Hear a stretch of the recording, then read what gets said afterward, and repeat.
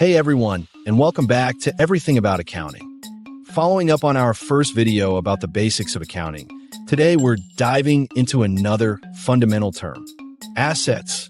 In simple terms, assets are what a company owns that have economic value and are expected to provide future benefit. Think of them as the resources your business uses to make money or operate.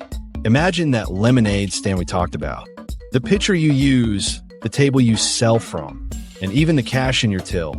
Those are all examples of assets for your little business. In the accounting world, assets can be tangible, things you can touch and see like equipment, buildings, and inventory. But they can also be intangible, things you can't physically touch but still have value, such as patents, trademarks, and copyrights.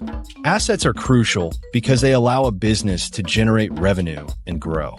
They're the foundation upon which a company builds its operations and its future success.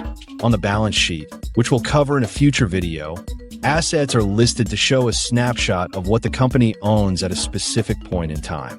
Understanding a company's assets is key to understanding its financial health. So, to recap, assets are valuable resources owned by a company that are expected to provide future economic benefit. They can be tangible or intangible and are vital for a business's operations and growth. There you have it. Assets explained in under 90 seconds. Did that clear things up?